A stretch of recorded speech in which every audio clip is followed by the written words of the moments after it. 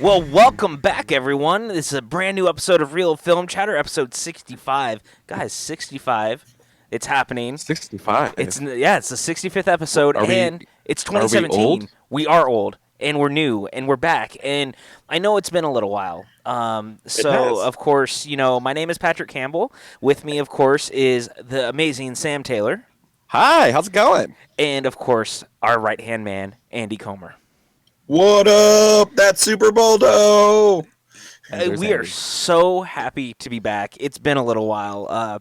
I know that you guys have been wondering where we've been and what's been going on. I would love to tell you that we were on some secret spy mission or something like that. Unfortunately, that is not the case. Life just got very difficult for me. I had some things going on where I ended up having to move, and there was a lot going on that kind of put us on a hold. But You moved twice. I did. I moved twice because I moved back to Sacramento, and now I'm actually back in Burbank. So there's been a lot going on, but Yeah. in the time that I've been gone and we've been working on trying to bring the show back, we found ways that we thought we could make the show better. So I'm taking this opportunity to say, as much as it sucked that we didn't talk about movies for like the past 6 months, now we can Or do more. it. Yeah, or more. I don't know, but now It's we been can a talk while. about movies Yay, and movies. do it Well, in a way that we should think be is better. fair that we never really stopped talking about movies. We just stopped publicly talking about movies or podcasting about it. Yeah, I was gonna say I don't think we even publicly stopped because if you're on Twitter, apparently we're making enemies every day with the stuff we're saying. Yeah. Well, I yeah. mean, that's the thing. That's the thing with me is like, even though I haven't been podcasting in a while, I still have people coming up to me going, "Oh, hey, what's your opinion on this?" And I'm like, "Well, let me tell you." Yeah, So sometimes they don't want to hear that, and that's fine. But if you come up and ask me, I'll say what I have to say. And then every yeah. once in a while, I'll pop up on Twitter and try to, stir up some mess, and people get angry at me and go, "What's wrong with you?" Just like, you bring up the Lego thing. Oh You yeah. know, I just had to. I had to chime in because you tagged me anyways. Well, it's So okay it was my because gateway. I actually yesterday I posted my Lego Batman movie review. Yeah. For those who don't know, the embargo lifted on Saturday night, and I saw it. It's fantastic. I loved it a lot. And so someone asked me to rank it amongst all the Batman movies, which I actually thought was kind of a mistake because really you shouldn't be comparing Lego Batman to the other Batman movies because it's Lego Well, it's Batman. a different beast. Yeah, it's its own thing. It's like the biggest love letter to the Batman series ever. Like Batman from the comics all the way to now. It's so wonderful. And for some reason, someone wanted me to rank them all. So I did. And I'm the person who thinks Batman Begins is better than The Dark Knight. Batman Begins is still my favorite Batman movie. Okay. And so I put that first, and then I put Lego Batman, and then I put The Dark Knight. Of course, that causes quite the storm. And so Whenever you say Dark Knight is the one that does. yeah, it just I opened a can of worms. I really didn't think about it. It was an accident. Welcome to the interwebs of doom. Well, and it's okay, but I mean, if you guys want to go read my review, you can check my Twitter profile. You can go to SoCalThrills.com and read it. I love Lego Batman, and it really is like to me, it's the second best Batman movie ever because it's just like a big love letter to Batman. As Well, I'm ridiculous really as it hoping is. I'm hoping to like it. I mean, my issues with the Lego movie were not about the Batman character, and I think the idea that they're splitting off and doing all these different kind of worlds that they can explore, I think it's interesting. So I'm Your looking main forward to it. issue is not a problem, if that makes you feel better. Okay. So, I mean, at least there's that for you.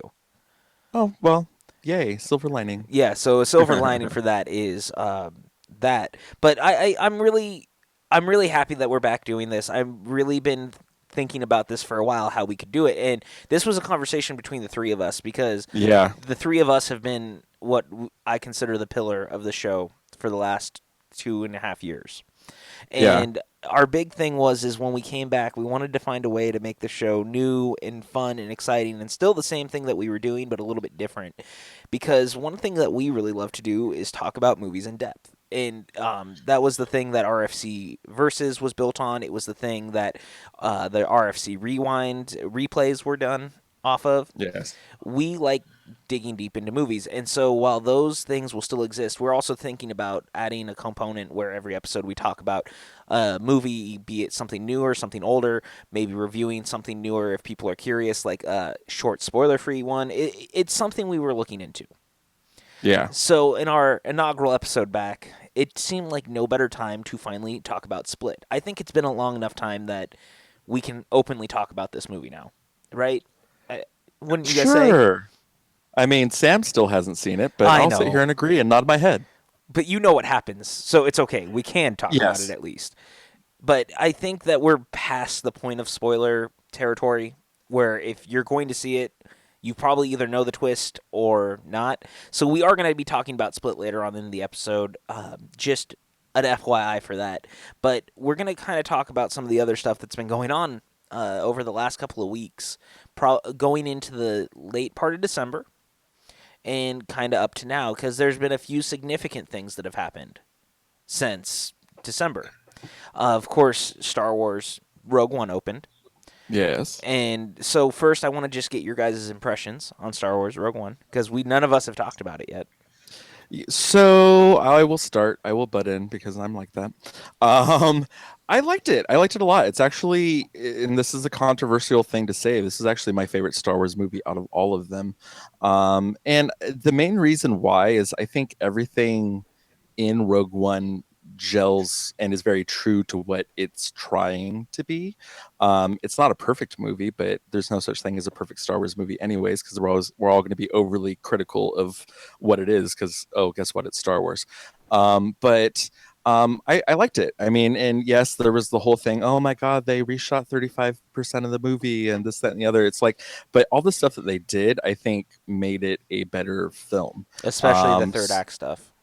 yeah, I mean, because the third act of that movie, I think, is what really like once you get to the third act, the beginning, the middle of the movie's a little saggy, a little bit for me, but that's not an ultra bad thing because the third act just ratchets it up to like a 5 bajillion%, and you're just like, oh my goodness. So, I mean, and spoiler alert if you haven't seen it, but if you haven't seen it, what's wrong with you? When all the main characters basically die, I mean, I knew it was gonna kind of happen. It was either that or they're gonna ride off into the sunset because they're not in any of the other movies. But when everyone ends up dying, I literally was just like, "Yep, okay, yep, I totally agree with this." And the one thing, and I think I told you this, Patrick, the one thing that would have caused me to have a conniption fit with the movie and just hate it to death, is at the end when Cassian and Jin are on the beach about to die and they're having their like with each other. If they would have kissed each other, I would have lost it. I would have Yeah, just been because like, nope. there's no build up for that, so it would have made no sense at all. Well, I No. mean, they kind of had a little bit of a build-up thing. Like you could see a camaraderie with both of them, like especially when they're about to leave the Yavin 4 base. Like you can see it building, but like the typical Hollywood thing would have been for them to like have this weird relationship thing, Yeah, and it would have just felt weird. And so I was expecting that. Like 100%. when we were building up to that moment, I was expecting that to happen, and it didn't. I was like, hallelujah. But yeah, so that was my thoughts. Andy? Yeah. For me, out of the 8 Star Wars films, I have it at number 3. Only Empire and New Hope above it.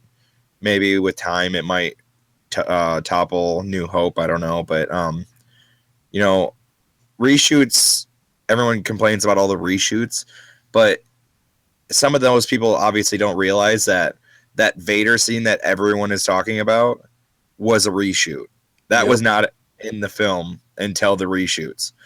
And like it totally makes sense why they did that.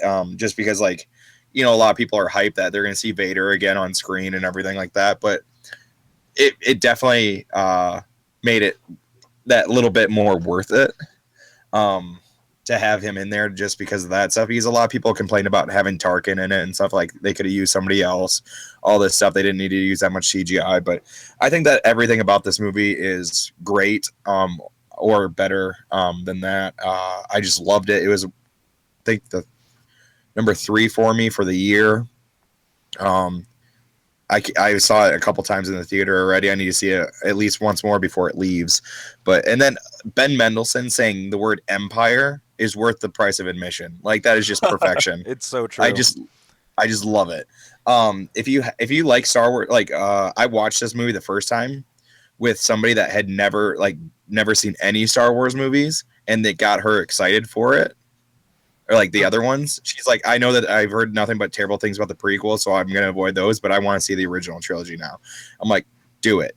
like as soon Exactly. as possible. So yeah, obviously that's a testament in itself to, like people that aren't Star Wars fans. I think to that it's a perfect access point because it happens before 4 to get into the series, Oh, and I think absolutely. that's really cool. Yeah, and I'm kind of with you guys. I think that one, it was one of my favorite movies of last year. I think it was in my top 10. I can't remember if it cracked my top 5 or not, but this was such a perfect companion to A New Hope, and it was the movie that I actually think that most people, the people who are really hard on it, I don't think that they're, at least in my opinion, I don't think that they see how important it is to the series as a whole, because it feels like the movie that unlocks the prequels and the sequels and the original trilogy and finally puts them together. Like, it's such an important bridge film I kind of agree. Yeah. because you see characters like Bale again comes back, and you have all these little elements with Mustafar and things like that, but you also have all the connections obviously to the original trilogy when, you know, you have this movie that just so needed to be, and none of us knew we needed it. That was the thing. Exactly. And I think that that's the testament to Lucasfilm in this story that they chose. A lot of people are like, do we need to see the story about the Death Star plans being stolen? No, maybe we don't. But I thought it really showed a dark side to the rebellion that we didn't normally see either. Yeah. And you realize that at times the rebellion was doing things just as bad as the Empire because they want to win the war. Yeah. Well, I mean, the thing I thought that was kind of smart, but some people will also say was too safe, was that it was so interconnected to the original trilogy, and it did bridge, the prequels together as well. But it kind of was a safe film. So for me, like, I enjoy it a lot because it ties into the mythology that we already know and adds the stuff like, Stardust was the name of, the Death Star plans, like in Mm-hmm. their computers. You had no idea about that, which is kind of cool. But like the next movie that they're doing, the Han Solo film, I don't think it's going to have any connections like that, really. I mean, I except for don't Han either. Solo, the character. And Chewbacca and Lando, obviously. I mean, Well, yeah, there's but going to that be the clear connections. yeah, so I mean, this one kind of rested very heavy, and that's my only downside to it is it kind of rested very heavy on it tying directly into episode 4.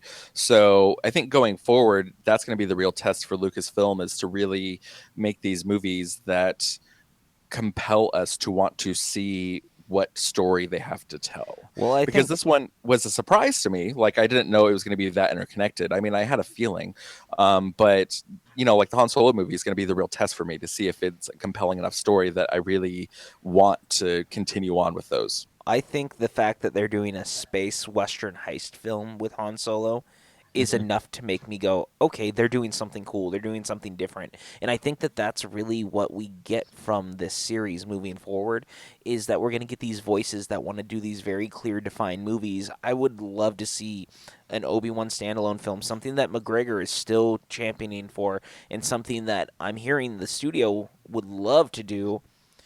The problem is that apparently Obi-Wan may or may not have some sort of story in 8 and 9.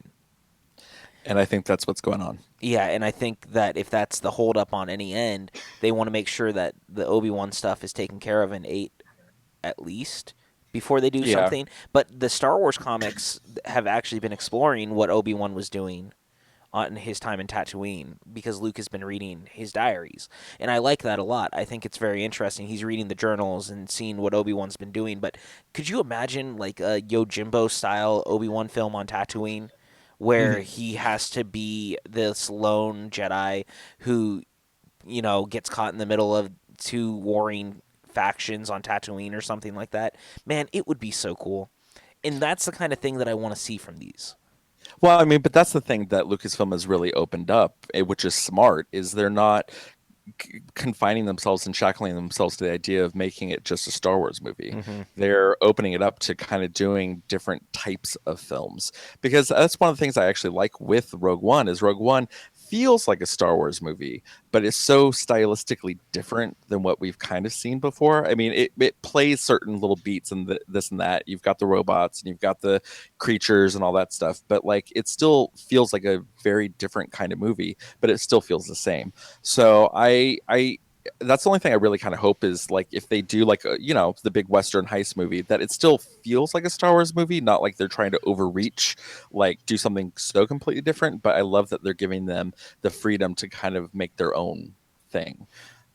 Yeah, and so Andy, let me propose to you then. What would you like to see moving forward? Like, is there something that you have your heart set on that you would like to see Lucasfilm do? I'm not as well versed as you guys are in the expanded universe, so the possibilities for me are whatever they come up with, or unless I just go like look it up, I guess. I've heard some cool stuff, but I really, like he said, I hope that like the Han Solo is like the Western type feel. And like I've told you this before Episode 7 came out, I was more jacked for Rogue One Mm-hmm. than Episode 7 because it was going to be a pure actual war film.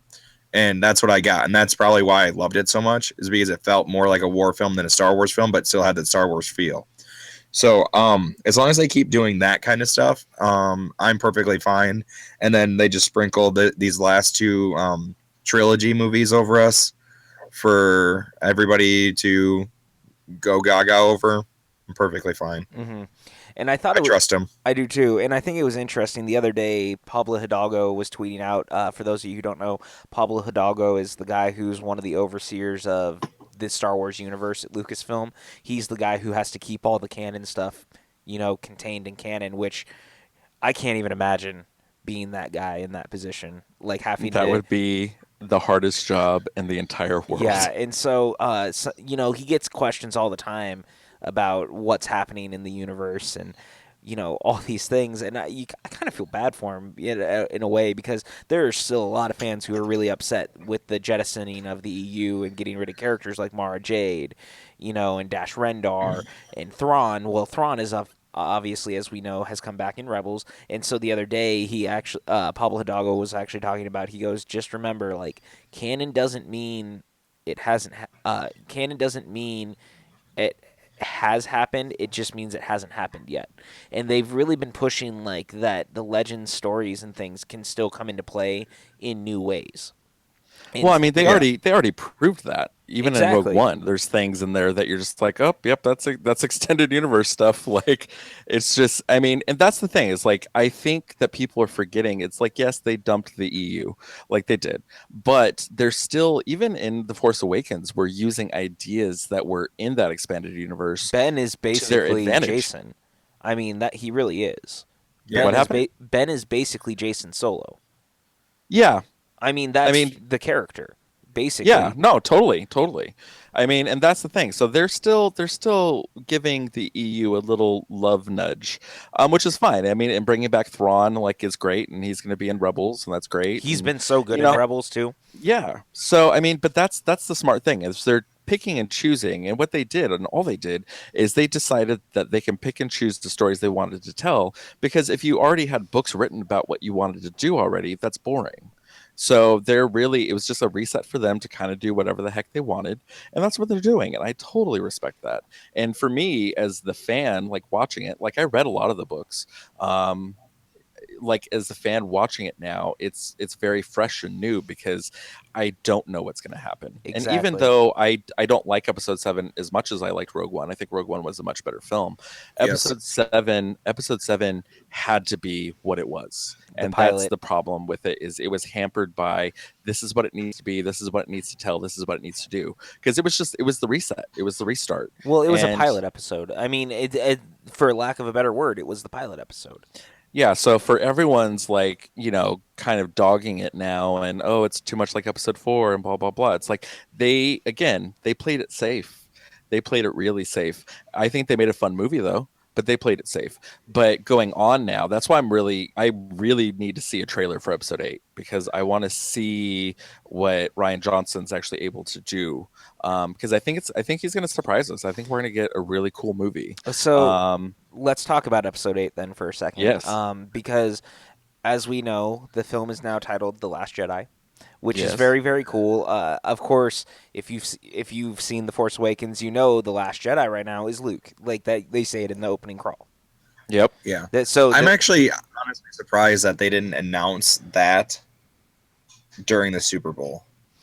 I'm kind of not surprised. I don't think that Disney needs to spend the money on Star Wars just yet. I don't think we're going to see the marketing campaign start until almost April But can around you imagine Celebration. like an announcement trailer? That's it. Like they Oh, I just like know. like just like quick shots of stuff from like of Ray with the lightsaber, Luke's like and then at the end it says Star Wars Episode 8, and then all of a sudden like the Last Jedi, like the title of the Last Jedi just like shows up on screen, and then that's it. That would have been cool. It would have been a nice announcement. They don't do stuff like that anymore. Not Really. really. Not really. Because I mean, well, the internet's broken, all that kind of stuff. Yeah, Well, marketing yeah, has half the changed. Super Bowl trailers were online before this, like a day or two before the Super Bowl. Yeah, and we're going to Yep. talk about some of the Super Bowl trailers in a few minutes Yeah, too. But yeah. Go the on. other Sorry. thing that we have with the Last Jedi is now knowing that it is going to be the last time we ever see Carrie Fisher as Princess Yes. Leia, which is an absolutely heartbreaking situation that none of us expected at all. And I am still gutted about the passing of Carrie Fisher. It still doesn't seem real, and that's Yeah. really, it was so sudden and so out of nowhere.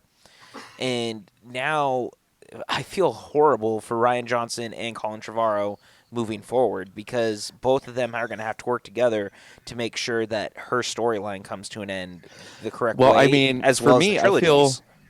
I feel more bad for Colin Trevorrow than Ryan Johnson because Johnson, his thing's kind of done. I mean, Yeah. I'm wondering what they're really going to have to do because at this point the only thing you can do is recast. I mean, there's nothing else I can think of that's possibly going to. I mean, they could try to tinker with something that's in episode 8. And quite frankly, we don't know what the outcome is. Like we've heard rumors and this that and the other, but like we don't know. No. So I mean, there could be a finality to her role in episode 8 that we don't know about already that's already happened. So if that's the case, that's the best case scenario for them and good for them. But I have a feeling that if they do recast, which I mean, the way the story's going, I think they're going to have to. I pray for whoever gets casted in the role because It's that almost is unfair. It's almost it's unfair. no, it's completely unfair. Like Yeah. it's completely unfair because you are being thrusted into this role, like the first kind of like real, like kind of like female iconic, like her character was the beginning of. I mean, for me personally, I think she's the beginning of Ripley in Alien and like Sarah Connor in Terminator and all these things. So like you are now being thrusted into this role that was created by someone that personified that character. So good for you.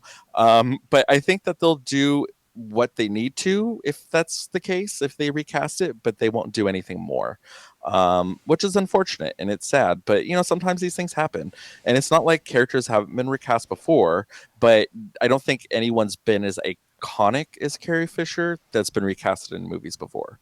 I mean, because Not like most this. recently I can think of is like in Harry Potter when the original guy that played Dumbledore passed away. Yeah, Richard Harris. And the thing about that is Richard Harris only played the part twice. Twice. And we Exactly. forget that. Like a lot of people do, because I've seen that get brought up and people go, "Well, they recast Dumbledore when he died." Yeah, and Dumbledore also was not created off of Richard Harris. Like Exactly. Carrie Fisher was the person who brought Princess Leia to life, and not just brought her to life. She made the character because it was not written that way in the script that Lucas had written. At She all. created Leia. And so it's almost like I said, it's unfair for anyone who has to step into that role. But I feel bad for her family, obviously, as well. Well, Like of course, yeah. it's heartbreaking. But for these Totally. people who came through at the beginning, and they've had this storyline that they've really set on, to have to now find a way around it to make sure that her storyline is fulfilled in a way that seems like a fitting finale for her, but also having to tie up what they were trying to do, because the thing is you can't just kill her off between movies. You can't do it. So recasting is really the only way, because they're not going to CGI her. They're not going to do that, and they've already said that. And so now you're left in this situation where, oh God, what do we do? And the worst part is even if you recast it, it's not going to be the same as it was if it was Carrie Fisher confronting Kylo. if it doesn't or happen whatever happens. if it doesn't happen in 8, whatever it is, it's not Carrie Fisher. And so there will still be a disconnect, I think, at least with Yeah. fans and audiences a little bit. We'll get past it, but it'll be hard. Well, I mean, but I think the Star Wars community as a whole will embrace whoever ends up getting the role if they do recast it. And I don't think I mean, for me, like, I don't think it's going to be a major issue. And I think some of that for me, just because I have a hardcore theater background, like I've seen different actors play characters that I really, really love. So like for me, it's a little bit different, I think, because my view on casting of things is a little skewed, but it still will be hard just because it's been concreted in our mind that it is Carrie Fisher that is Princess Leia, that For now it's 40 not. years. Yeah, well, exactly, and that's the real test of everything, is it's been her for so long. So I mean, it's going to be difficult for them moving forward. It really is. And how much of the ADR work did she actually do for episode 8? Yeah, That's a exactly. question mark too. So they might already have to be doing some doctoring and some, ADR looping weirdness and all that stuff. So it's going to be interesting. I thought that they said that everything that she had to do for the film was done. Well, they Everything said she that it had was finished shot. filming. Yeah. Okay. The ADR, there's I would say I'm about 80% sure that she didn't even finish the ADR work yet. Because a So, lot of I the mean, time the ADR work is done late in post. Because remember when they did Furious 7, Paul Walker hadn't done a lot of the ADR for any of his stuff too. And Yeah. that was a very unfortunate situation, just as much as this one was. The only luck for this one is that, at least for Ryan Johnson, she had already finished filming. exactly. Yeah. So do you, Andy? Kind of, where do you stand on what's going on with Episode 8 and that? They have a huge amount of work ahead of them to figure out how they're going to do all this. Going forward in 9, I think that Luke will take the load. I think so too. That's kind I of don't know. my I feeling. I don't agree. know how else they could do it. Um, I don't know how they're just going to explain her not showing up. So somehow they're going to have to do something, because they talked about there's keystone or key like scenes that were set up. They didn't say which movies or films they were in, but like between her and Kylo. And then her So and Luke. yeah, and Luke, Kylo or her and Luke, and I don't know. We like Sam said, we have to see 8 before we can realize how much work they actually have to do for 9. They know obviously, and that's why they're working on it. I wouldn't be surprised. Do you think that they would be able to delay it 6 months even to try to figure it No. out? Nope. No, because here's how marketing works now, and this Yeah. is it's really a marketing thing more than anything. Is that when these studios put down the dates, they already put into motion the people that they're working with on the marketing and things like that. They make the deals ahead of time. So they're basically confined to a schedule. And so when you see things like G.I. Joe Retaliation that push back right at the last minute, that's not just money lost on the first marketing campaign they did, but that's money lost on whatever they've already set up with people when it comes to their marketing. But So I'm talking about with like pushing back 9, not 8. oh no, I know. So what I'm saying is because 9 is already dated, they've probably already started Yeah, I talking gotcha. to other companies about here's what we'd like to market moving forward. Yeah, You know, gotcha. Well, and that's the thing I was saying, is I'm hoping that whatever transpires in 8 is something simple for them to do, even if they have to recast it, just kind of a wham bam, thank you, ma'am, get it done, and then go from there. Yeah. But I mean, who knows? At this point, we don't know, because there's the rumors that there are certain key scenes that they want to have happen between Leia and Kylo Ren. but Um, and what's happened? Who knows? yeah, We don't and know we what's don't know been if it's filmed. been filmed or not because that was the one thing Hollywood Reporter couldn't confirm or deny. They were saying no one would say, but one of those scenes may have been filmed already. Which is fine. I mean, and that's the thing, is I don't think they're going to make her disappear. They can't. I mean, and that's the problem, is because she is the anchor. I mean, her character especially in the original trilogy, is the anchor of everything. I mean, yeah, Luke is kind of the main character, but she is the kind of emotional anchor to all of it. So you can't just go, oh, well, she's gone, or do some, oh, well, she got caught up in blah blah blah blah. But like, you can't do that. It just seems like a total BS, like fu. So they're not going to do that. I mean, and it's just going to be one of those things where it's like they've already said they don't want to do the CGI thing, which I totally respect and I totally get.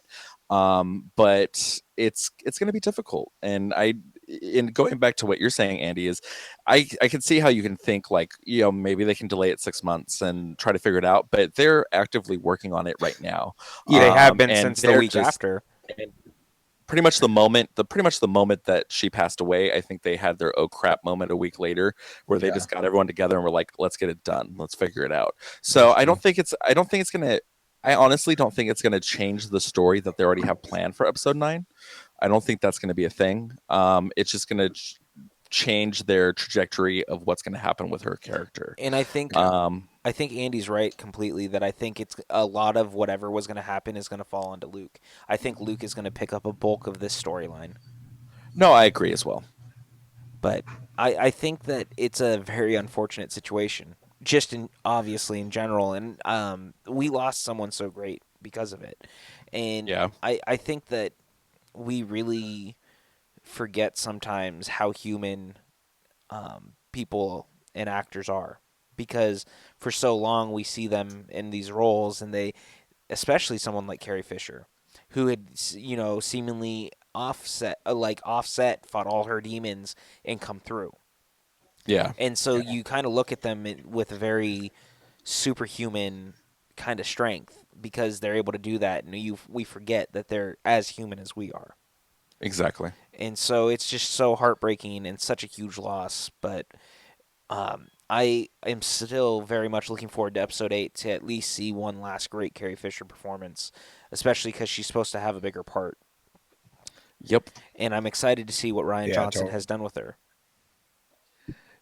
I mean, it's just as simple as that. And I think that it's good that we talked about this part this early on, because we can have a lot more fun moving forward this Exactly. episode, because this When is do you think the first trailer will be? April. Celebration. Yeah, Celebration. Okay. I think we're going to see it in April. I think we're going to see our first teaser. They're not. This is a different situation than The Force Awakens, where they dropped it like 13 months ahead, and they were like, "Oh, hey, we need to do this," Oh, Well, and I think we're going to get a teaser trailer, quote unquote, for the first trailer, but I think it's going to be a more complete story trailer than I think we got for episode 7. well, I think so too. I think that's really it more than anything. Because that was an announcement trailer. It was. That one in November was definitely more of an announcement trailer, and I thought that was really important that they did that, because it was announcing Star Wars was coming back. You don't need to do that now. We're 2 Star Wars movies in at this point. Yep. So it's a really big deal, and it's really exciting to know that we got the title. Exactly. And Well, I mean, and the thing that was smart with them as well, and on the marketing side of it, is they allowed Rogue One to have time to breathe. Mm-hmm. Like, Well, they allowed Rogue One to be its own thing without going, oh, guess what? Episode 8, wink. Yeah, and you had to make sure you did that, because if you hadn't given Rogue One the time to breathe, if they had put the trailer in front of Rogue One, sure, you would have gotten a lot of people seeing it and putting their eyes on it, but I think it immediately would have pulled a lot of people out of the movie going, now I just want to see episode 8. Yeah, exactly. If that makes sense. So I think that with April around the corner, we're going to see our first big marketing push. It'll be the trailer. We'll probably get another poster come like September. Probably. And then I think from there, we're really just going to see the normal marketing campaign. I don't think we're going to see anything crazy like we did with The Force Awakens, because The Force Awakens, like I said, was a big deal. It was the first Star Wars sequel in 30 years. Sequel, not prequel. And Exactly. had the original cast. So, yeah, I mean, Andy, did that pretty much answer your question?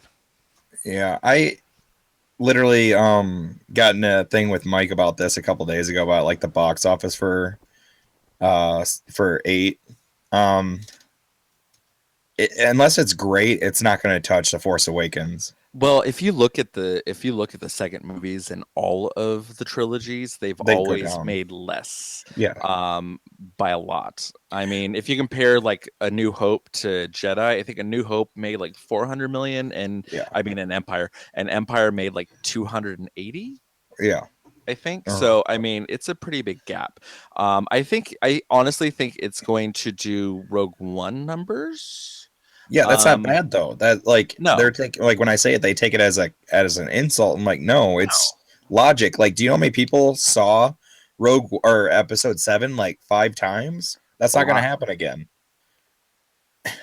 It makes no sense. Like to me, it makes no sense. It seems like a slam dunk.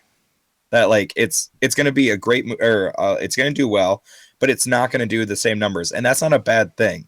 No, Like and unless this movie is like one of the best, like if it's like Empire great, it'll make like 1.7. It's not gonna come close to 2. no, Like and I don't know even how people can think that. even with Carrie passing away, I Yeah. don't because you never know how things are going to go when someone passes away. Sometimes they do huge numbers just Yeah. for that. Look at Furious 7. But I don't think you can count on that moving forward. I mean, Mm-mm. Furious 7's a different beast a little bit because it did so well internationally. I think Fast 8 is going to see a big push still overseas. I think it could still match $1 billion. I just don't think it'll do as well as the last one. Yeah. But I don't. I think that it's a little different with Star Wars. Is that Star Wars is a lot bigger domestically than it is internationally. Yeah, because Yeah. like The Force Awakens was like 55-45 percentage wise. It was like foreign was just over 1 billion, and then domestically was just under 1 billion. So like there's no way that it's going to make close to that amount in domestically alone. Oh Like yeah. I honestly think the most that it's going to make is probably 550 million, probably. I mean, domestically, yeah. yeah, domestic, and that's a good 350 million off of what Force Awakens did. But Yeah. I mean, there's just no way. If anyone thinks that it's going to make that much money, they're lying to themselves. Yeah. It's I just not thank possible. you. Yes. Sorry, It's not Mike. possible. Should have get thrown under the bus like that. But Yeah, and I like screenshotted all my tweets, all that conversation. I'm bringing it back in a year, and I'm going oh to be yeah, like, "See, I told you." we'll talk. We'll be talking about it probably come February because Yeah. by the time February rolls around, we're gonna have a nice screenshot of exactly what it'll be looking like. The movie will finish at. Yeah. So I look Exactly. forward to talking about that. But what else I'm really looking forward to talking about? Not really. This uh, DC, WB and DC are two things that seem to light people on fire. And we have been having a lot of issues with the way things have been going over the last couple of years. And it's not for a lack of us not believing in WB, it's by the lack of choices, or it's by the choices they've been making, or lack thereof. And as of recently, since we've been off, BVS has come out, did not manage to crack $1 billion with Batman and Superman, which is In the title. in the title, which is crazy in and of itself. Suicide Squad made a lot of money, but was critically derided and was not a very good movie. And It was a now piece of crap. we are in a time where Ben Affleck has just dropped out of directing Batman. Flash has lost another director and is getting a page one rewrite. And there are rumblings that Wonder Woman is a mess and Warner Brothers does not know what to do with it. What is happening at Warner Brothers that is causing this kind of upheaval? What is going on that so much of this stuff behind the scenes could go to the point that you have your ace in the hole, Ben Affleck, who will drop out of directing the Batman? Well, here, let me stab into this mess that is WB. So here's the biggest problem. And so DC now has DC Studios, I think. And so Nope, they kind of have nothing. their own. Nope. That's kind of what they're doing, though, They right? Like they have they DC. should have and they aren't. That's the problem. They put Jeff Johns as the head of the department, and the problem is that no one is still right, basically controlling the ship, if you Well, will. and so, well, here's the biggest. This is the biggest problem that I see with the DC films is they're so hell bent on not being a Marvel movie that, and this is my own personal opinion, they're so hell-bent on not being a Marvel movie that they aren't allowing them to be their own thing. So I mean, now they're starting to inject some humor, like you can kind of see it with like the Wonder Woman trailer. They tried with Suicide Squad, but Lord, that movie is just a mess. I mean, and it's a fun mess. I'll give them that. Like, it's a fun-ish movie, but it's still a mess. It's Like, Escape I've from New watched it York, once and but I was not like, never good. again. That's what it is. It's Escape from New York, but not good. It's not good. That's fair. But I mean, so it just like I understand that there can be issues. The fact that you have Ben Affleck though going deuces, I'm not going to direct this. Like he's basically trying to save face at this point, and that's the only way I can see it. Is like he sees the downhill that's going on, and he's like, "Get me out." Because I don't think it would really mar his career. Like if he makes a crappy Batman movie, he's still going to be in them. I think he's contracted for it, so it's like he's still going to be acting in it. So either way, if it's a bad movie, he's going to get crap for it either way. But it's sad to see that they're having such an issue trying to do what they're trying to do. But in the truth of it all is they try to rush into doing the Marvel thing when they didn't really think it out. Yeah. And they didn't really, and I said this before, they haven't earned it. They haven't earned getting into these stories because they rushed into Batman v Superman and threw everything. I mean, they threw the damn kitchen sink in there with it still on. Like they didn't think it through, and now they're stuck with this mess that they're going. Well, what do we do? How do we make it work? And I mean, even with the Flash thing, they're gone through 2 directors now and 3. rewriting the script. It's like, come on, Agree. Phil Lord it's and Chris ridiculous. Miller, I remember, were the first. Then Yeah, that's Seth true. Grahame-Smith. And here's the thing about the Phil Lord and Chris Miller thing. Some people aren't counting them. I am, because they hadn't been fully committed to direct, but they would have probably had Star Wars not come along. So Yeah. Well, exactly. And so, I mean, it's really kind of the same idea. And I am so frustrated at this point that how can we make excuses anymore for the things that are going on at WB? Like, how can you make excuses for the things that are happening? And how can we pretend that everything's going to be okay? Everything's going to be fine when you see the way things are playing out. When your main player drops out of directing, when he was saying 2 weeks ago, 3 weeks ago on Jimmy Fallon that, oh no, I'm going to direct. Oh, but maybe I'm not. But I am, but I'm not. This back and forth since October has not been good with Ben Affleck. And the fact of the matter is, and he bluntly said it, was he wouldn't direct the movie if the script wasn't good. Now he's dropped out of directing. What does that tell you about the script and the story that WB has put together? A mess. Yeah, I mean, and I'm not trying to project on the situation, but when you lay the pieces in front of us as they are, you have to start putting the pieces together. Where there is smoke, there's fire. And generally speaking, that's how it works. And so it's a chaotic mess to keep watching them like spin the wheels this way. And Wonder Woman has been testing not well. I've heard it from a couple of different people that I know who have seen it, and I've been hearing it from people who have been, it's test screening a lot right now. And it's not because they're trying to figure it out. Yeah, and they're not getting the feedback that they want, which tells me that they're in a bad place with that too. So what, Andy? What do you see in this situation? And moving forward, what do you want to see WB do? I want them to trust their writers and filmmakers better. I want them to stop just announcing things to get people on their side, saying like they're it feels like it got to the point they're just announcing all these films just so that the fans of those characters would get on their side and jacked, and then invested in the films that were actually coming really soon. Like, have any of their films since Man of Steel not been pushed? No. Every single date that they've announced has been moved at least once, right? Yep. Mm-hmm. And that is like, I understand that sometimes like stuff just happens, but like this has been going on for 4 years, 3 years, About 3 years. 3 years, and it just is something. in the way that the studio is doing it. And it is an issue, and they need to get it figured out quickly, because I personally, and I know Diego and a few other people are bailing if Wonder Woman sucks. And like, obviously we talk about the movies, so we'll probably still see them just because we talk about them, but we're not going to probably enjoy them or be jacked or excited for anything after Woman if Wonder Woman tanks.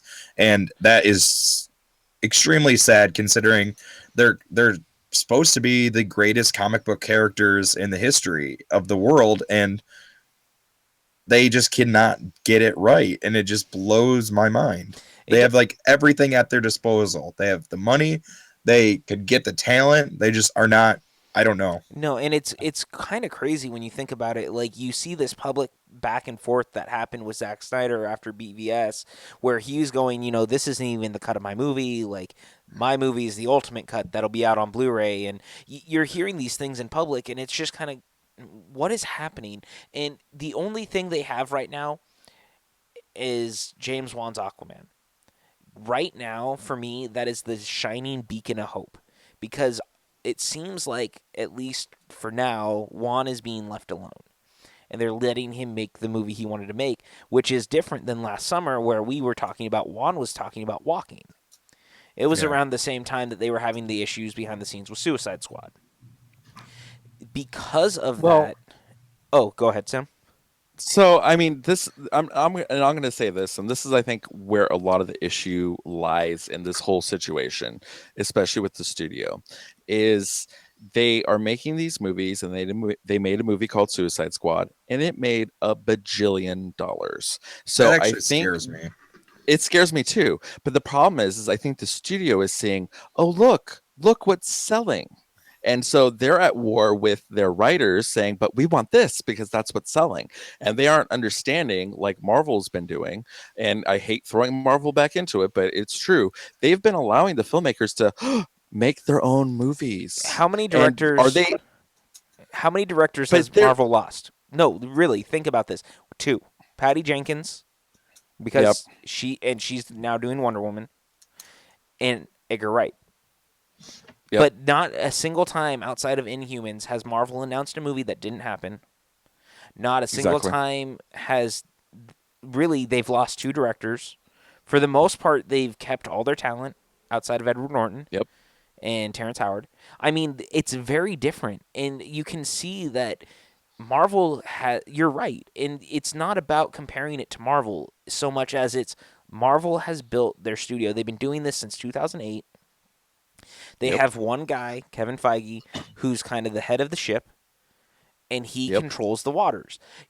That is what WB is missing. They've thrown Jeff Johns into this whole mess, and I don't even think with Jeff Johns, because this last Batman v Superman, or this last script of the Batman that we all thought Ben Affleck and Jeff Johns had written, wasn't by them. It was by Chris Terrio.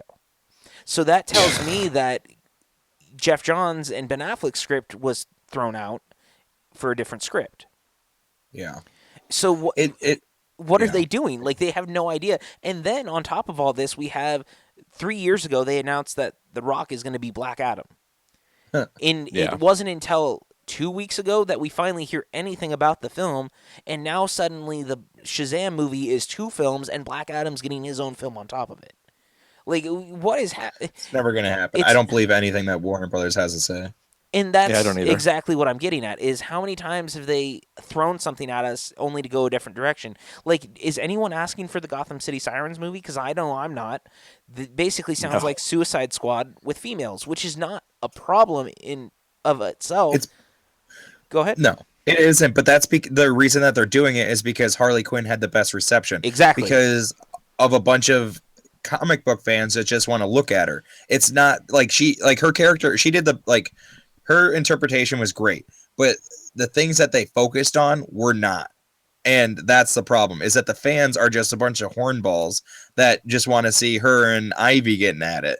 And that's better not just be the automatic thing that happens. If they do it right and it's legit, then sure, I'll accept it. But if they do it just so that more people see that movie, I'm going to be super pissed, and it's going to be super annoying. And one thing about the Marvel thing, they've delayed maybe one movie, but didn't Doctor Strange and Guardians of the Galaxy 2 get pushed up Mhm. because the production went so well? Yeah. Yep. Yeah, so like that's another thing. Like their production is like it's like steamrolling. Like it's just like they know there's how to do it. They've got the formula and they've got it. Warner Brothers just needs to figure out their formula and then they should be golden. But I don't know. I The don't see it problem, happening. the biggest problem is though, is that Warner Brothers is thinking about money and they're Yeah. looking at where they think people want things to go, not where the creative people behind it think it should go. Yeah. And I think that's the biggest problem that we're seeing right now is we're seeing these uneven hodgepodgey movies. Because as much as some people might love Suicide Squad, and I've met people that do, it's a mess. It's a mess. It is. It's a mess. Straight up a It's an mess. enjoyable mess. That's what I've said since the night I saw it. It's an enjoyable mess. There's stuff that you can enjoy, but if you look at it any way analytically or story wise, it is a mess. And it is every time I watch it, I think less of it, and it's just oh my god, it's infuriating. It's frustrating because, and this is going to sound crazy, as we are talking about all the problems. I actually rewatched BVS yesterday. I watch the Ultimate Cut every once in a while to try, and it grows on me a little more, and things get a little bit better. But Suicide Squad has gotten worse on just about every viewing for me, and that was. But we also did hate Batman v Superman when it came out. Well, the theatrical cut of that movie is not good. Yeah. It's not good. The difference is Suicide Squad's unrated cut adds nothing to the movie. It No. really changes the movie not at all, whereas at least BVS had differences and it made the story make a lot more sense. I mean, It's also bad that David Ayer finally came out, which I called him coming out saying that he didn't have enough time to write it mhm. and that he would change a lot of stuff if he could. Yeah, and again, here we are. It feels like WB is pushing a lot of things on the filmmakers, and no one's on the same page of what this universe needs to be. And I think that if you just got a central head and, just did a DC studio like Marvel is doing with their stuff, I think we'd all be a lot better off because at least somewhere, somehow, they can get things on track. And now my mindset is now that Flash is getting a page one rewrite, they might as well just do a Flashpoint storyline to try to wipe all of this away and start over. Yes, but that sucks that they have to already use Flashpoint. Exactly. Because That's like the argument with the Batman v Superman where like the writer was quoted as saying, if you are writing a Death of Superman story, then you've run out of Superman stories, and that's the second story that they come out with. Like that's just terrible. It terrible. is, but it also may be the only way for them to clean sweep this and start over. And Yeah, it's crazy. But It it is. may be the only way that they can right this situation. So it's a very odd mix, of course, Yeah. of a situation. And I'm hopeful to see it turn around. But I'm with you guys at this point where you go, how can I trust the things that they're saying to turn out? Because now I've seen 3 films, 3 movies. with 2 more this year. And that Justice League trailer, okay, here it is. I'm going to say it. I liked that Justice League trailer that they dropped at Comic-Con a lot. We didn't even get a chance to do our Comic-Con episode, but you and I saw it together, Andy. Uh-huh. And Yep. we both liked it. We thought it looked cool. It's visually appealing. It felt fun. It felt different. The only I liked it too. issue, Yeah. the only issue I had with it was that they were trying to get the suicide thing with the music choice. But Yeah. everything else looked good. But here's the thing is, are we being offered a real look at Justice League? Or is it another trailer that was cut by a certain group to make the movie look good? Yeah, And that's because not that the was movie we over get. a year out. Yeah. So it's kind of a tough situation, and it's going to be very telling come June when Wonder Woman comes out, when we finally see the movie. I'm really pulling that they find the movie in this edit that they have, and it comes out and ends up like knocking our socks off. I'm not going to discount that it could. And Yeah. I hope that our listeners understand that right now as well, is that I don't think any of us – I think that people misunderstand people that talk critically of WB. We don't want to. This is not No, enjoyable. No, it's not. It's not enjoyable for any of us. Because it's right. Yeah, and we're doing it because we're frustrated and we want to see them do better. Yeah. And that's how Well, this especially is. since even from the beginning, I've said from the get-go, like I've before these movies came out, I was more of a DC fan than I was a Marvel fan. The Hmm. only Marvel anything I was really into was Spider-Man and X-Men, and that was it.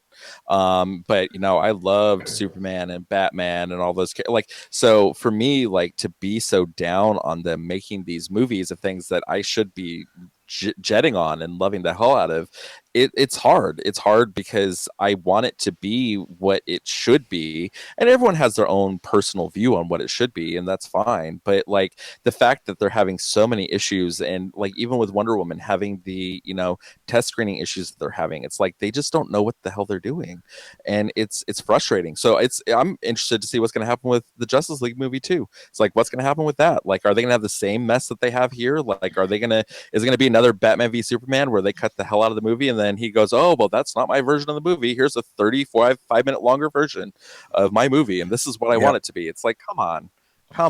Yeah, and I don't get it. I don't get it either, and that's the other thing is that all these multiple cuts of the movies is not helping it at all. Yeah. Nope. And it's Yeah, go ahead. oh no, go. For me, the bottom line, like, first off, you have to compare Marvel to DC, like, because they're both comic book movies. They're doing Yeah. like a big picture the same thing. They're putting these characters in their own stories, interweaving them with each other, and then like whenever there's a big bad, the big bad, like, they're comic books, like they feed off each other. They're like there are characteristics in both universes that are similar. The biggest difference though to me, like that, like just like yells that there's a huge difference, is the fact that David Ayer was given 6 weeks to write Suicide Squad. That is not enough time to write any film, a short film sometimes, it like with rewrites and everything, let alone a blockbuster that's supposed to like make $1 billion. On the flip side, we have James Gunn, who was given enough time to write Guardians of the Galaxy 2, that he wrote a draft called the Groot script for him and Vin Diesel that translates every I am Groot specifically for those two. Yeah, and it's The true. attention to detail is like 100, like it's like 180 degrees. Like, it is on every end of this. Like, Warner Brothers, like, you get 6 weeks.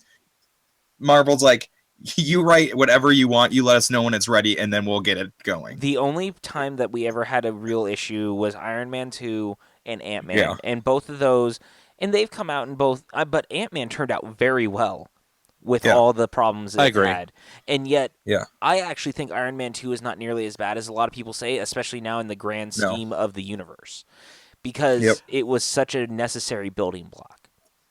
Well, to me, the only problem I have with Iron Man 2 is I think it's boring as hell.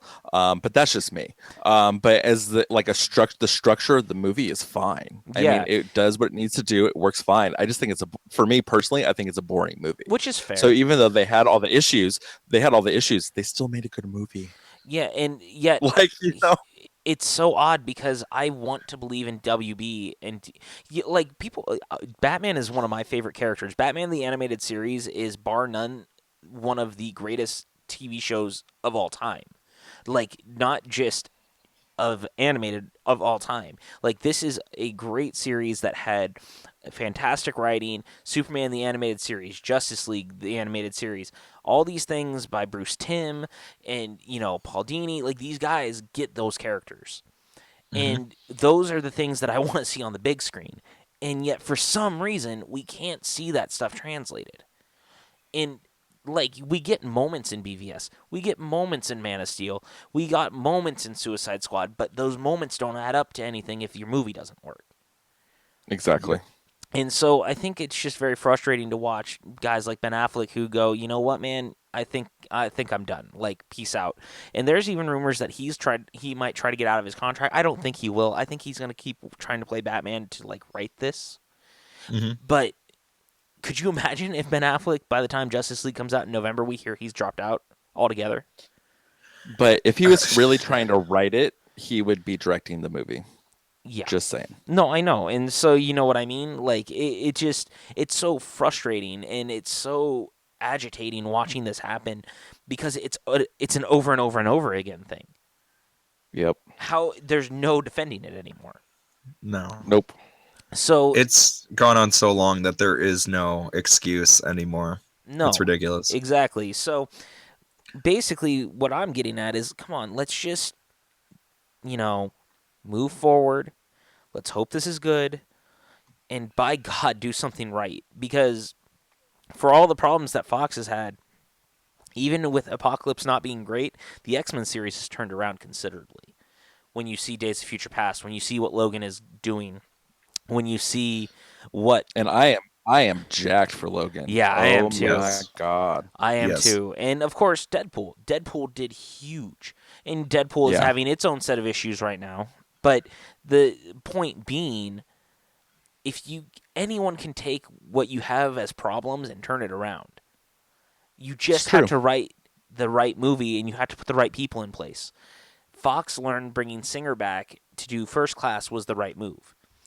Now I'm ready to see Singer move on, but I think that there's other people you can put in that place. Hmm. Yeah. You know, I mean, but that's the thing. The biggest problem that I have with Apocalypse, it felt like it was phoned in. Like it's a it very phoned was. in movie. And you're just like, ugh. Like, and that was my whole thing with the movie is like, it was just like, ugh. Like, it wasn't awful. It just wasn't great. Yeah. So let's, here we are talking about Logan. So Yes. one of the things that we saw yesterday, of course, was Super Bowl spots. Because what was yesterday, guys? It was the Super Bowl. It was It, The Super Bowl. greatest Super Bowl of all time. yeah, and that's I just literally like. I don't know if you can tell I'm a little raspy because I was yelling so much. yeah. Well, I think you probably had a few heart attacks early on in that game up till the third I'm the not even a third quarter. Patriots fan. I just wanted Brady to get his fifth. And Yeah. yeah, that fourth quarter, me and my buddy lost it. Yeah. But Good so times. the Super Yeah. Bowl, of course, is the big, a huge thing for us over here in America. And Yeah. what it brings with us is movie trailers. That's why I always look forward to it. I love movie trailers. Movie trailers are my jam. No, shocking. I know. We host a movie podcast and we talk about movies and we like trailers. It's so weird, right? But one of the Weird. trailers that dropped yesterday, of course, was a new trailer for Logan, a TV spot, if you will, for the Super Bowl. And my God, every time they do something for this movie, I get more amped. Is it just Yes. me? No. No, no, not at all. I'm actually hoping because I don't know, like I've kept myself completely blind to the storyline of this movie. Like I don't want to know. But I'm hoping Patrick Stewart is in it as much as they're showing in the trailers Yes, because Yeah, he's definitely. he's I love him so co-starring. much. He's co-starring. He's what? He's co-starring. Oh well, I figured as much. But everything with the movie just it looks great. They finally officially it's rated R. Oh Like yeah. that's on the trailer too, which was wonderful. I'm so jacked for this movie. Like you have no idea. I think the marketing has been great. I'm hoping that people go see it because that's kind of been the hard sell of it is a Wolverine movie, and let's face it, the very first Wolverine movie was a pile. But I actually liked the second one, so I'm looking forward to it. I'm looking forward to it a lot, especially since it's probably Hugh Jackman's last time ever playing the character. And yeah, Pump the brakes on that a little bit. I can tell you well, that right now. that's why I said probably. Like I it would might say possibly. it's like a 30% chance it's actually his last. It'll be his last standalone Wolverine movie. Which Let is me say fine. that because from what I understand, the idea of the Deadpool Wolverine movie is becoming more and more a reality almost every day at Fox, to the point that Jackman's actually started to give in. So he's admitted as much. Yeah. I think we're gonna see at least one more because we all want a Deadpool Wolverine movie, but it has to be Hugh Jackman and Ryan Reynolds. If you don't do it with them, then there's no point. Yeah. Exactly. So it's looking like it might not be, but as a standalone final Wolverine movie, it looks aces. What did you think, Andy? I am so jacked for this. It's actually kind of scary. I need to start. Well, I guess it comes out in a month, so there's not going to be really anything else besides commercials probably coming out. But I'm really glad that they haven't really gone into the storyline like an excessive amount like usual. Like it's just basically plot points throughout the film. It's just a bunch of action and a bunch of like random moments between characters, and the fact that it's rated R has me excited. Not just because like it's gonna be gratuitous, like of them, like of him like slaughtering people, like which I know he will, but like it just means to me that they're not worrying about the rating, that they can do whatever they feel is right for the character type thing, Yeah. and not have it hold back on any point for the quote unquote last time that he plays it. So um we'll see if he like I think that he will be back in a Deadpool movie, so that's gonna happen. But I'm so jacked for March as a whole is gonna be awesome. Oh my I'm God, so jacked for March. dude, But March like is. that's gonna be a great start to March. I mean, between Logan, Beauty and the Beast, Kong Skull Island, and Power Rangers, I'm really looking forward to March. Like, Yeah. Yeah. I really am. There's so much good stuff. So with the Super Bowl spots, what stood out to you guys the most of the spots we saw, and which one stood out the least to you? And let's kind of talk a little bit about what we saw Uh, and what you So liked. for me, the one that stood out the most, just because it looks so awful, is Transformers. Gee, Like I had literally, this. like I knew this was coming. yeah. well, I mean, I was looking at the footage and I posted on Twitter and I was like, that's the most oversaturated video game I've ever seen in my entire life. Like the colors in the trailer were ridiculous. And I'm like, holy crap. Like, and it literally looks like a photo that you took and you amped the saturation up 500%. And I was just like, this movie is like, it just looks stupid. Like it's not even like they're trying anymore to make them look like they're like actual things. It's like it's just a big freaking video game. And I just like it just drove me insane. So that was the one that stood out for the wrong reasons. The other one that stood out for me was Pirates. Um, and so they did the Logan thing. They did the Johnny Cash song, which is weird. The effects are weird as hell to me. I don't know, like it just looks so so crazy to me. And again, they did another trailer where Johnny Depp is barely in it, like barely, like he's in the very end of it.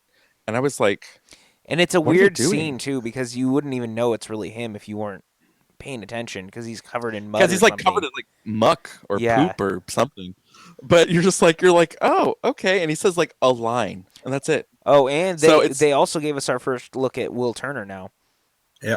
that's true. He has little sea barnacles on his face. Yeah, Good he's for looking him. a little bit like his dad, isn't he? Yeah. Yeah, I think that the Pirates trailer completely pulled me out when they tried to ape Logan. The Johnny Cash song did not fit. I know why they're trying to do it. They want it to feel. Look, the visuals are great. It looks visually Different. appealing. It looks different. That scene of the. It's kind of funny because there was the scene in the first movie with the skeletons walking under the water. Now this Yeah. one So now they're has the ghost on top of it, which I thought was interesting. I liked the shot of Will. I like some of the visuals, but man, for the life of me, I can't figure out what this movie's about. And I'm not feeling it. I'm kind of just indifferent. But I thought the Logan thing or the Johnny Cash song was kind of desperate to make us go, "Oh, hey, that reminds us of a movie that looks great. Now we want to see it." You know? Yep. Well, I mean, I kind of applaud them for not telling us anything in the trailers so far. I mean, they need to definitely do a story trailer, though. I mean, that has to happen because if they just keep it like this, people are going to be like that's going to be it. They're going to be screwed. But I mean, I think it's interesting how they're approaching the marketing for this Pirates movie because it's been so long too. I mean, it's been quite a few It's years. been 7 years, I So think. Yeah. 7, yeah. yeah.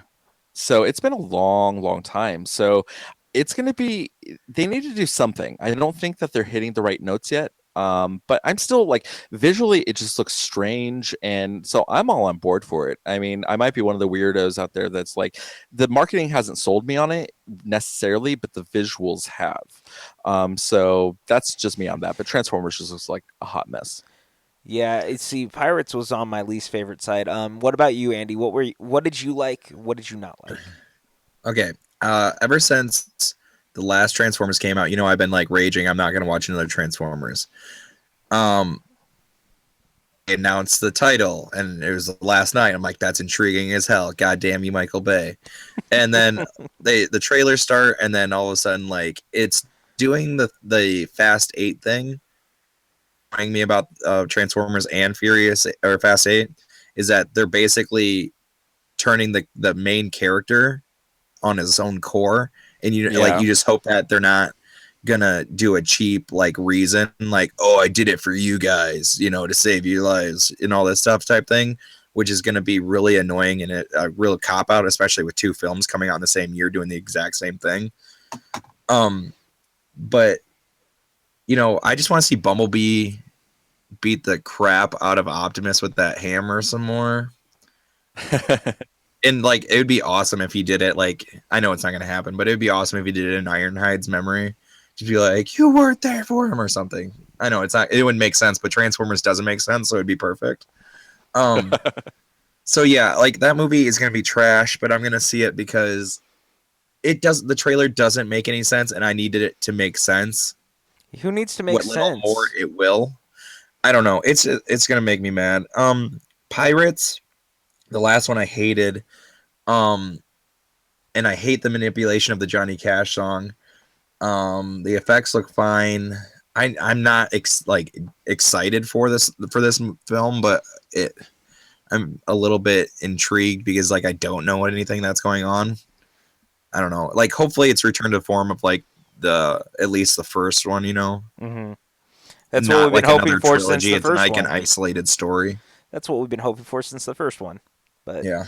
I'm kind of. It's funny because Transformers is clearly my weak point. Like Yeah. I'm not excited. I think it looks like a hot mess. I think that they're doing too much with it. I think they threw everything in the kitchen sink in. It looks like there's time travel and all sorts of stuff.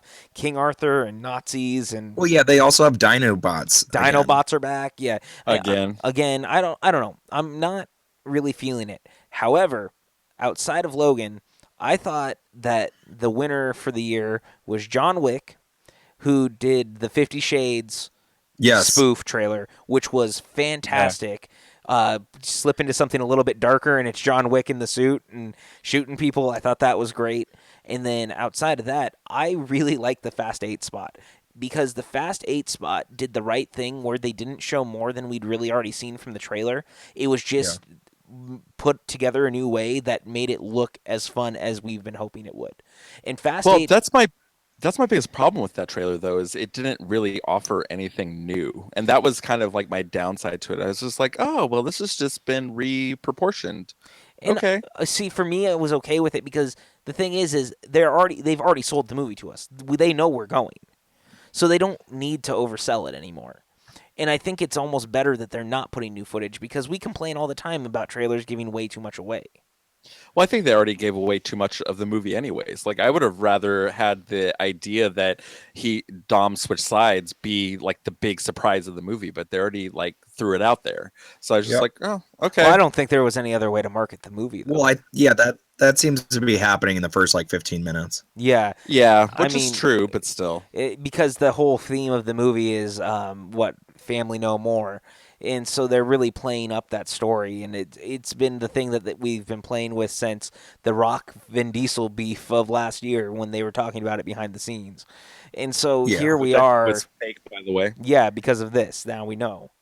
Yep. Now we know. And I love the idea of Jason Statham coming back as a hero this time. I think that's really fun. And I thought that overall there was some really cool TV spots, but I don't know. Oh, I think we missed one. How did we Which Guardians. one? Yep, Guardians. And I Oh, think wonderful. Guardians is the trailer of the Super Bowl.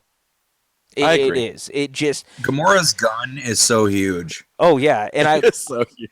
and I think Drax is going to steal this movie in a way that Groot did in the first one. The way I that think he's been so. in the last two trailers, it makes me feel like he's really going to steal this film. I loved the comet hitting Mantis and then him yelling, "Look out!" after it's already hit her. I tried, Yeah. It guys. just kills me. It's so Also, good. go ahead. No, I was just going to say this is so good and it's so James Gunn and it looks exciting and fun and I can't wait. Yeah, and also they it wasn't just like old footage, there's news footage, but then they also flat out announced that Yondu is a guardian now. Yeah, which I loved. Yep. I loved that Um line. What did he yeah. say? He said, "Welcome to the Guardians of the friggin' Galaxy." But he Well, I didn't Yeah. mean, and they say kind of already friggin'. showed that in the posters as well, though, Yeah. like with him kind of being there with them. So I was like, Yeah. And also interesting. Gamora's sister too. Yeah, yeah, Yeah. with Nebula, and Yeah. I love that it seems like it. Even though the movie feels bigger, the cast feels smaller, and I like that. It feels more intimate because the only characters so far that they've added is Mantis and Ego that we're aware of. Yeah. That we've seen. And I Yeah. think It's that's true. really cool. Like I think that it makes me excited that we're going to get a really intimate storyline with these characters because the reason the first one was so good is those characters work so well together. And so instead of forcing a lot of new characters into the group, they've really kind of tried to keep it the same, just adding one new person because Yondu's not an addition. He was in the first one and so was Nebula. Yep. Exactly.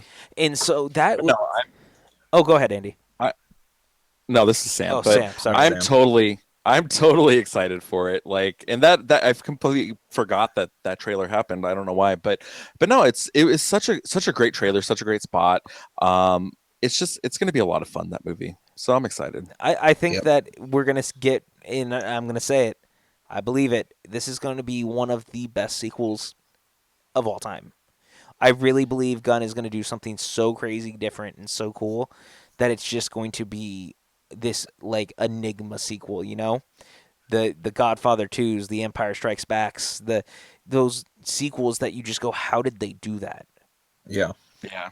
And Hopefully. I hope so, and I think that it's really got that chance to be like a pantheon great that we all look to.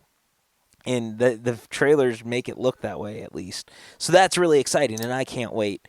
But of course, we talked about this a little bit. We wanted to talk about M. Night Shyamalan's Split. At this point in the show, I would like everyone to be aware that this is going to be a spoiler filled conversation.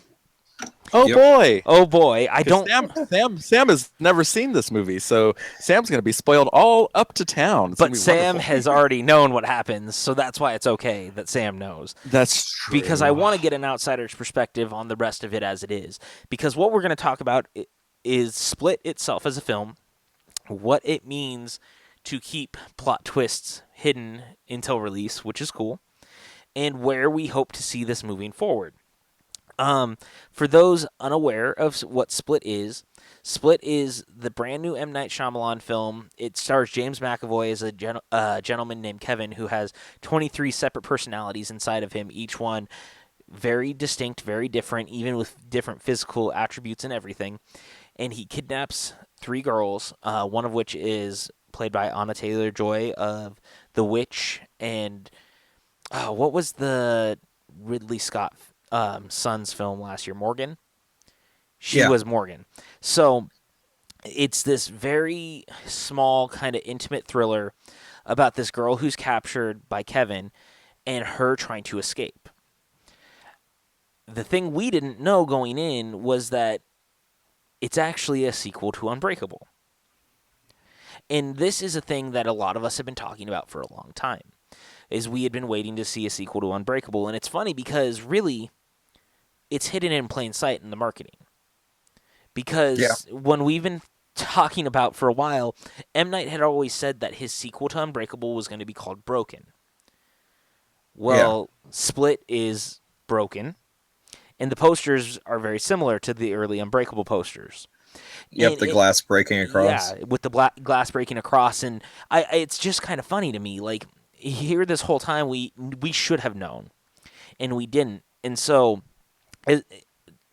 as Split progresses, towards the end of the movie, basically what's happening is some of the personalities in Kevin have kind of taken over and become the supreme leaders, if you will, and they're trying to usher in the monster.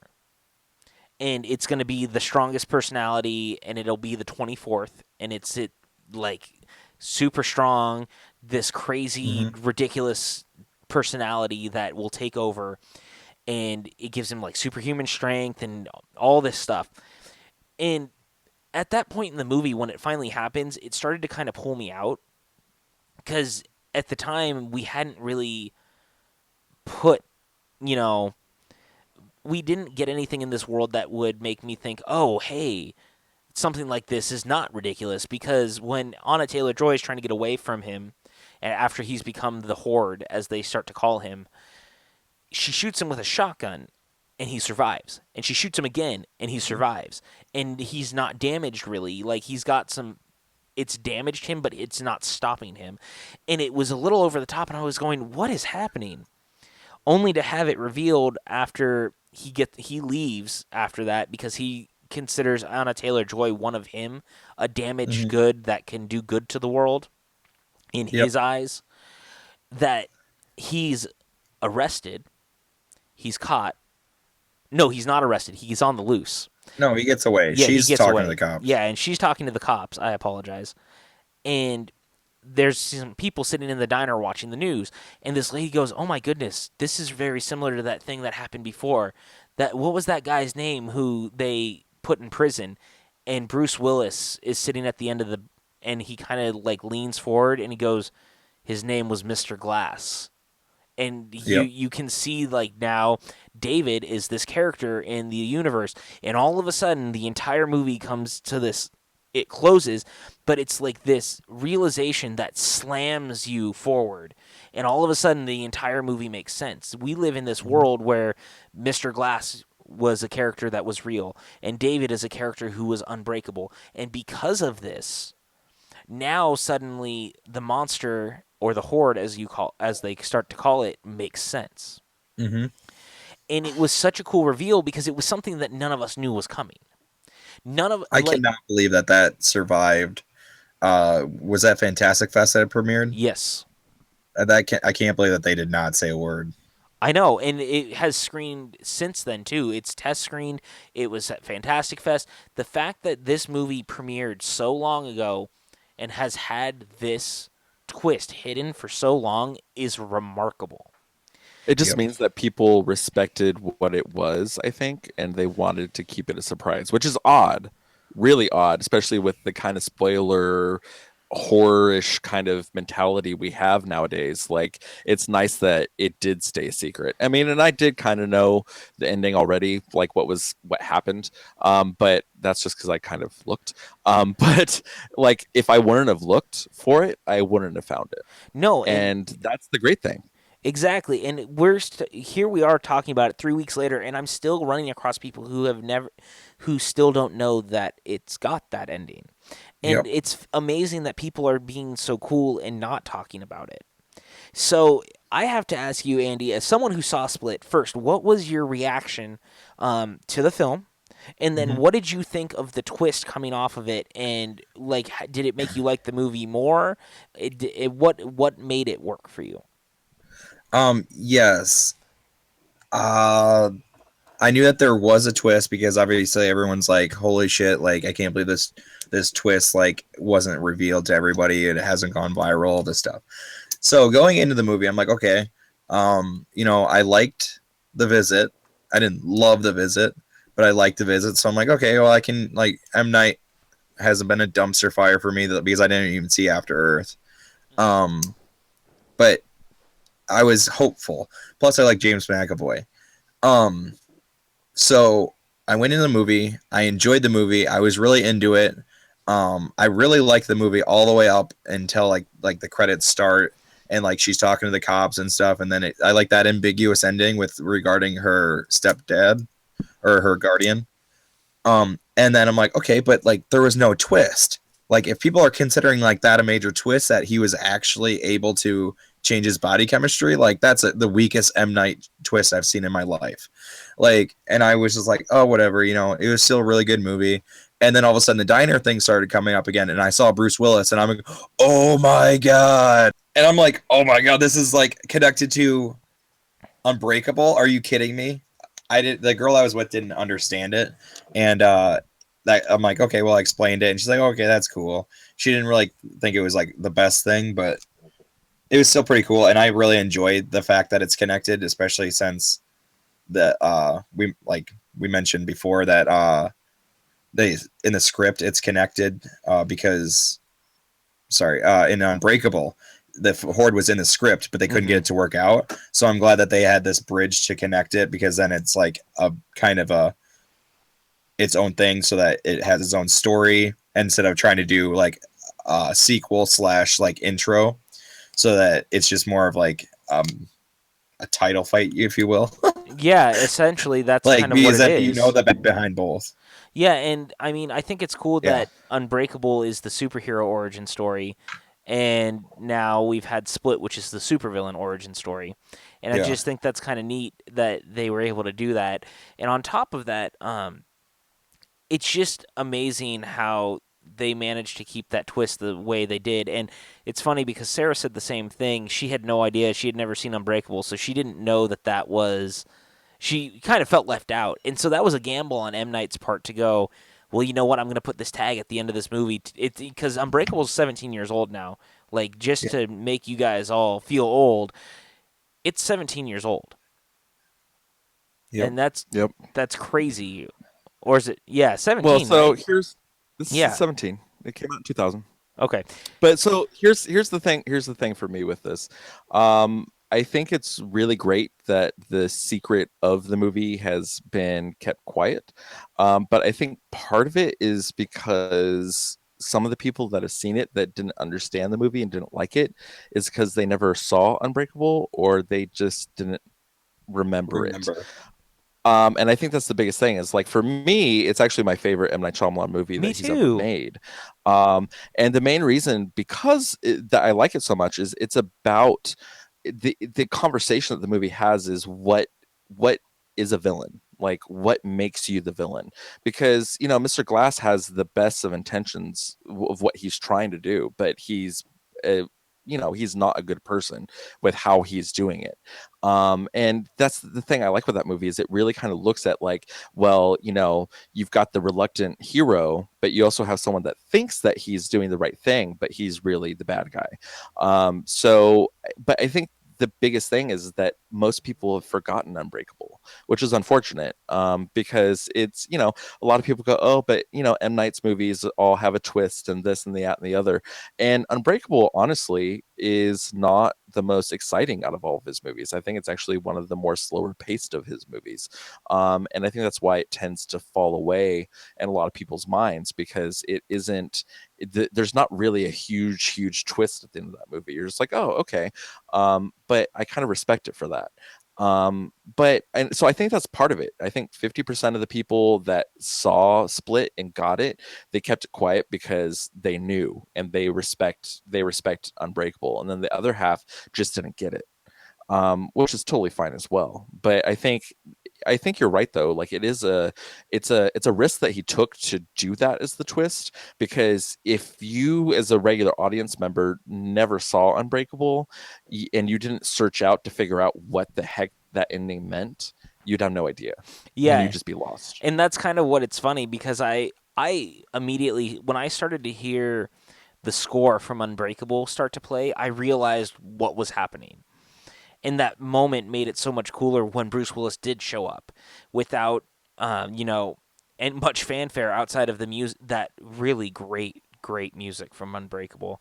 That really is Yeah. probably the best scored movie he has, too. Um, and so the fact that he played it up, and yet for some of us, it's such a cool reveal because we've been waiting for another Unbreakable for a long time. Because Oh I yeah. think people forget Unbreakable did more for the superhero genre than The Sixth Sense did for horror films.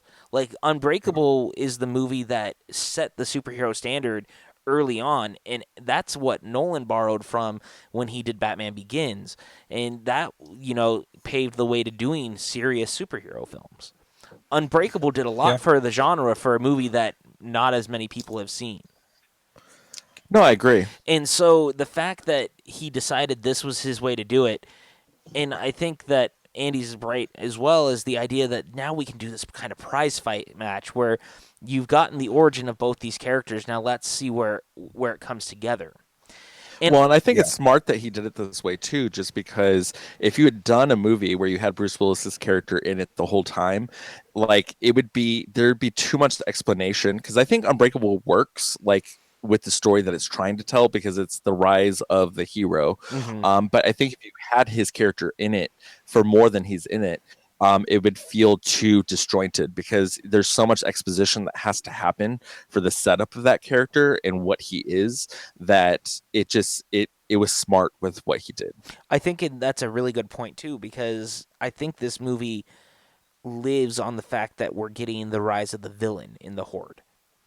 Yeah. And I think that without that, it would have made the movie falter. And I think it's so cool that he made this, Unbreakable spin-off sequel so under the radar this whole time. And I think it's a perfect showcase of why twists and surprises need to be a thing and why spoiler culture has kind of ruined movie going. Because Yeah. that's a big thing with the Marvel movies. I mean, in a lot of ways, is we all look forward to the after credit scenes. But for some reason, everyone needs to know what the after credit scene is before you get to it. So it's not a shock anymore. And it's too bad that we don't do things like that. We know these twists before they happen. We know these surprises before they come up. And it was That's why nice. but Oh, that's why I'm glad trailers are finally kind of being more mysterious as well. Like even going back to talking about Logan, like I think that that trailer is perfect because it gives you little nuggets that you need, but it doesn't tell you what the whole story is about. I mean, and Split did the same thing too. Like it didn't tell you that that's what was going to happen. It just showed you this person that had, you know, that was schizophrenic yeah. and you're like, oh, this is really strange. But like, you know, it didn't give the spoilers. It didn't lead you to hints of what might be. It just did what it needed to do, which is great. And but again, I totally agree with you. And I joke about this, but the internet really did kind of ruin these kind of reveals for movies. Like you could have never have had the original Poltergeist movie come out back in the 80s and not have that ending, the false Hmm. ending completely destroyed. Oh, yeah, Yeah. absolutely. And I It think, would have been completely like a thing before like, oh, well, it has a false ending and then the real ending happens. Like, you know, you could have never had that happen. So it's interesting, but I mean, I purposely try to keep myself as blind as possible. So if there's a movie I'm really interested in, I try to stay out of it. Like I see stuff about it, I'm like, nope, going the other way. Yeah. That's what I tried to do when I was avoiding trailers for a while, but then I'm like, some trailers are good. You just have to find the balance. hmm Um, Exactly. one thing that I also like about about Unbreakable in this movie and Split is that by building up the villain in such a way that like he does think that he is right and doing the right thing, those are the best villains. oh, Like totally. in any like way that you're watching a film with a villain, the best villains always are the ones that think that they're doing the thing that they think that they're the good guy. Well, exactly, and that's why Unbreakable is, again, like I was saying, is one of my favorite movies because Yeah. that character, he really thinks that he's doing the right thing. Yeah, Mr. Uh-huh. Glass. Yeah, and so Yeah, we now know, on top of this, let's just throw this out here. M. Night has said over the weekend that he's already begun writing the sequel, which will Yeah. be the third film in this series, and that Sam Jackson's going to come back as Mr. Glass, and of course Bruce Willis is going to come back. I expect that we're going to see Anna Taylor-Joy as well, and of course we're going to see James McAvoy. Yeah. So the question now becomes, what do you guys want to see from this third Unbreakable film? What are your hopes of what we're going to see in the film? Because for me, what I like the idea that Mr. Glass is someone that Bruce Willis has to learn to work with to try to defeat the Horde. Because I think that what we're going to see is the Horde is going to be more powerful for him than anything else. so for me, and this is just my fanboy kind of thing, because you've had two movies that are very much thought films. I mean, let's face it, they very much are. They're very psychological kind of thought films, you know, talking about and dissecting what is a good person, what is a bad person, all this stuff. That I kind of like, the geek inside of me wants to see this big action movie. like be kind of the culmination of the two thought films. Like Oh, all of a that'd sudden be it's just cool. like it's like into the worldy kind of stuff, and like I mean, not that extreme, but like just a fun action movie, and like still have it be psychological in sense, but still have the moments to have like the big kind of because it's he's been playing with the idea of it being a comic book, so have the big comic book like face offs, and like have the destroying of the city kind of idea. And I think that would be exciting. I mean, because if you watched like a trilogy, like that would be a good culmination where you had these two kind of like, more thought filmy kind of films that led up to this big kind of blowout. I mean, think Matrix Revolution's just not sucky. I basically just want it to be a great like psychological like back and forth, and then climax to a huge like holy crap, like this whole world is getting blown apart, like it's like gonna be just a huge fight in the middle of everywhere, like Chronicle type ending. Yeah. Everybody like all this stuff, like it's slowly getting out there, like they mentioned wasn't there blah blah blah, but it's like kind of not in their forefront anymore of their minds anymore. Hmm. So like they like it just like unloads it, and then all of a sudden like if they do another one after that, then if they do another sequel after that, then they can do where like more people come out of the woodwork and stuff like that, just unleashing everything. I think that that's a cool idea, and I like the idea that there could be more of these people later that they reveal, because I think this is a world that M. Night could live in for a little while. I Yeah. really do. I think that there's a lot to play with and a lot to do. And I like the idea that Mr. Glass is a character that we're going to see again, and like what he means to Bruce Willis's character. And I think that him kind of being the tie to the horde, because he was the supervillain. So now Hmm. let's see this supervillain and what he does to the other, leads him to this other supervillain and how he helps him stop him. I just think that that's a really nice way to do it. It'll be very Hannibal, if you Hmm. will, from Silence of the Lambs. And I like that idea. I think that's just kind of cool and kind of different. But there's a lot to do with it. And my other thing is I'm hoping that we see Anna Taylor Joy ends up having some sort of power as well. Yeah, I was actually when she was in the cell with a shotgun, I thought that she was gonna like be as they reveal all of her stuff, or Hmm. well, not at the shotgun part, but like as they reveal all of her backstory and everything, I really thought that she was gonna survive because she would have a split. Like she would Yeah. like determine, like find out that she actually has different stuff going on. But then like the reveal, I was fine with it. Like what actually like stopped him, but like it made sense, to it made sense to me, and I just kind of was expecting her to start developing something, And but that never happened. I think we're still going to see it. I really think that's going to be something we're going to be led to. And I also can't wait till Bruce Willis meets her uncle, because I know he's just going to kick the crap out of him. Because that's left dangling at the end of the Yeah. movie. And I'm excited that M. Night seems to be really back in form. Like, I didn't like The Visit as much as everyone else seemed to, but it was compared to all his movies post Signs, it was the best one he had made at that point. And I think Split is his best film since Unbreakable. Yeah. And Unbreakable is my favorite of his films, so that makes Split my second favorite of all of his films. And I think that's a true testament to when he cares about the material enough, he turns out good films. And I think Split is really wonderful in that regard. And I'm really looking forward to seeing where they can go now with this world, because now we've really set it up in a cool way that there's more. And Yep. I want to see it explored. I really do. And I'm glad that he's getting the band back together with Bruce Willis, and he's getting Sam Jackson back. And I can't wait to see Sam Jackson back in that role as Mr. Glass, because Mr. Glass is one of his best characters. No, I totally agree. And so, as we've talked about this, what do you guys think with having this hidden for so long? Are you hoping that we see more of this moving forward, where studios willingly hide things like this? Well, it's like Well, Cloverfield last year. Yeah, Um, totally. yeah, like it's just a thing that like that ending twist ending wasn't as great, but It was still a really great film. I think I don't understand why everybody wants everything spoiled for them right away. Like, and for spoiling, I think it's like if you find out about it, that's not as bad as actually seeing it in the trailers. Like for me, like with the Civil War thing with the airport fight with Ant-Man, I knew that he was going to go giant, but like it didn't. I didn't feel cheated out of it because I didn't see it in the trailer. They don't have to show you everything.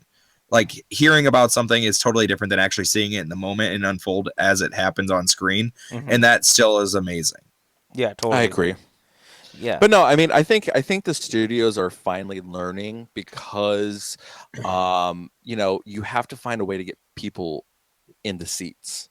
So I think they're finally figuring it out. Like if you tell them everything, especially in the trailers, like they're not going to go because you've already shown them the whole story. And there's still some movies that they still do that because they don't have much of a movie, and so they're trying to get you semi interested in seeing the rest of it. But I think that they're finally learning like, hey, like we need to give the surprise. There has to be something there. And people that say, oh well, everything's so cliched now and it's all been done, it's like, no, not really. Like there can be surprises. Like I think Split even shows that there can be surprises in movies and that will kind of make you go, oh, okay, cool. And I think that the studios are starting to wise up to that. So hopefully it happens more. Hopefully we get more trailers, kind of like Logan, where it doesn't show us much of the movie, which I'm totally fine with. Just gives us a few nuggets of action here and there, and I'm cool with that. Yeah, I'm with you guys. I like that we're seeing this now where they're more willingly hiding things, and it feels kind of nice to actually have that. And I think that much like Cloverfield last year, or you know, just Wolverine not giving us much, it's nice to be going into these films now with some sort of, I don't know, not expectations, but just finally getting movies where we don't know everything going in, and it Well, makes me your brain excited. your brain is basically a clean slate. Yeah, You and I like you don't have preconceived notions, which because Yep. is nice. I think Because like if you see something that's familiar from a trailer and you're like seeing it develop, then your brain shoots to what you saw in the trailer, and then you're like, oh, that's gonna happen now, and that's annoying. yeah, and it always pulls me out of the movie because it's coming. And I know that that was actually a conversation a lot of people were having post Rogue One. Is there was a lot of stuff in the Rogue One trailers that didn't end up being in the movie, Yep. but I think that And some almost of it and some of it was shot not intended to be in the movie yeah, anyways. but and I think that was almost better because it subverted your expectations. You thought it was going to go one way and it goes another. That could Yeah, be good, but it also could be bad, like yeah, Spider-Man 2. yeah, and then Spider-Man 2, the same thing. But The I just Amazing Spider-Man 2, not Spider-Man yeah, 2. yeah, Yeah, the Amazing Spider-Man. Ugh. yeah. But I think it is a balance. You don't want to do a lot of that because I also remember getting really frustrated when Robert Rodriguez's Predators was coming out. Remember that? And at the end of the trailer, it showed Adrian Brody standing in the jungle, and all the little predator dots show up on him. Turns out it was only one, not a bunch of Yeah. them like we Yeah. expected, and so that kind of pulled me out. But with Rogue One, it was kind of cool because I would think these moments were going to happen, and they would go in different directions. And instead of being frustrated, I went, "That's kind of refreshing." Mm-hmm. Because I didn't know where it was going to go now. And I thought that was kind of nice.